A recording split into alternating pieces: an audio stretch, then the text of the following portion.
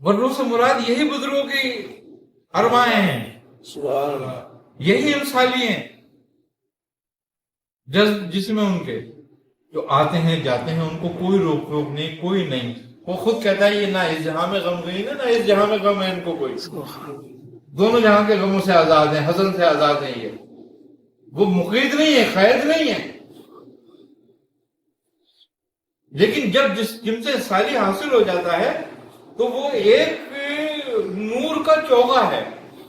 सुभान। अब नूर को मैं देख सकता हूं? मैं नहीं देख सकता, कोई नहीं देख सकता जब तक कि उसके अंदर नूर ना हो। सुभान। जब उसके अंदर नूर पैदा होता है फिर वो देखता भी है, इस्तंदाज भी करता है, मुलाकात भी करता है, सब कुछ होता है। सारी सही बुजुर्गों की जाहिरी जो रियाजत थी वो नूर के लिए तो थी, उसको पैदा करने के लिए कि नूर के जरिए उस नूर तक पहुंचे।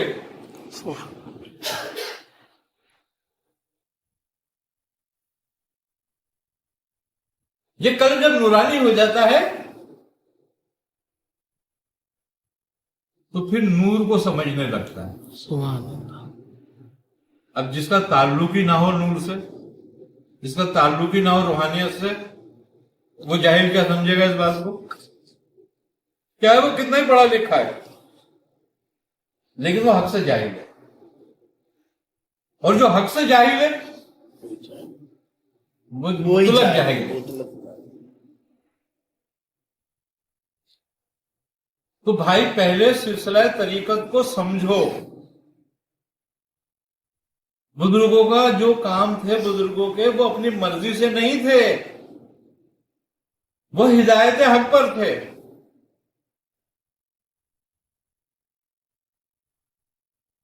ये जो तारीखें भी होती हैं ये भी बुजुर्ग चाहते हैं तो अता की जाती है, इसीलिए अता होती हैं, फजला बरकत के लिए अता होती हैं। जब तक हम इन तारीखों को सही तरीके से नहीं मनाएंगे, और मौलूद मनाने का मकसद भी हमारा यही है कि हम जिनसे मोहब्बत रखते हैं, आप सरवर आलम से, आई समझ में बात, तो हम मनाते मोहब्बत में हैं। ये हमारी मोहब्बत का इजहार है और ईमान में इजाफा और नहीं, ये हमारे लिए एक ऐसी सादत है कि हमारी दुनिया में आने का मकसद ही यही है। अगर हम आपके मौलूद से गाफिल हो जाएं, आपकी सना से गाफिल हो जाएं, आपके जिक्र से गाफिल हो जाएं,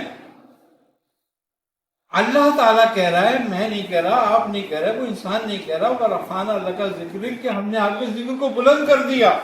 तो इसका मतलब यह कि जब रब ने जिसके जिक्र को बुलंद कर दिया तू उसका जिक्र करेगा तो अल्लाह ताला तुझे भी दर्जात को बुलंद करेगा उसके जिक्र के सदक़े में।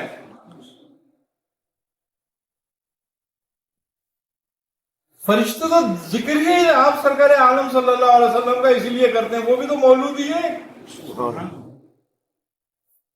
दुरूद क्या, विलादत क्या है? आपके दुनिया में जाहिर होने की खुशी, और आप के जो दुनिया में आने का वक्त था, जो आपके मौलूद का वक्त था, वो तो शब कदर से भी आला था। सुभान अल्लाह। बेशक।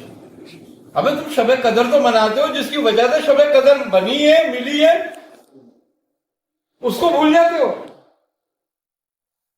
तो शब कदर आबिदों के लिए फायदेमंद है, जाहिदों के लिए फायदेमंद है, वो इबादत के लिए है। शब कदर इबादत के लिए है, उसमें इबादत का दर्जा बढ़ जाता है, कमाल को पहुंच जाता है। लेकिन ये वो रात है, ये वो वक्त है मौलूद का कि ये आशिकों के लिए है। इसमें इश्क और मोहब्बत कमाल को पहुंच जाता है, और जब इश्क और मोहब्बत कमाल को पहुंचती है फिर कोई इबादत वहां तक नहीं पहुंचती। अल्लाह सुभान क्या बात। बेशक। तो हजूरी का वक्त है। تو بات یہ ہے کہ بزرگوں کے اس منانا ایسے ہی ہے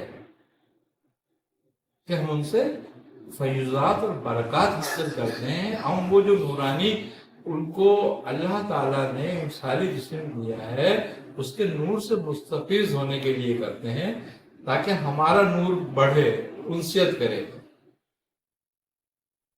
آئی سمجھ میں بات؟ ہماری روحانیت کو ہماری توجہ, ہمارا شوق, ہماری محبت بڑھاتی ہے.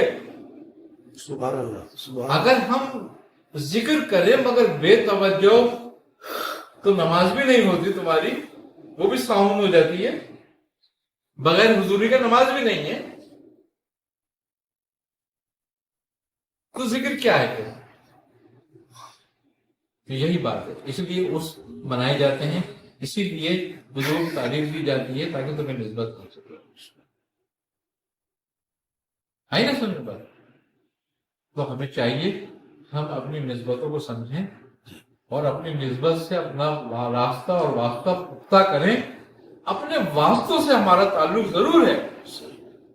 اب دیکھو, ایک دادا ہے مثال کے طور پر, اس کے 10 بیٹے ہیں,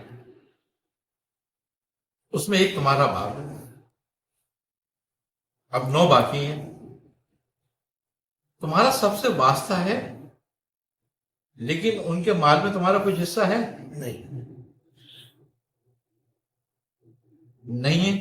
تمہاری وراثت کہاں پر ہے؟ باپ کے تمہارے باپ کے ساتھ, اس لیے کہ تمہاری نسبت ہے اس سے. واہ جس سے تمہاری نسبت ہے اسی کے مال سے تمہیں وراثت ملے گی. جس سے تمہارا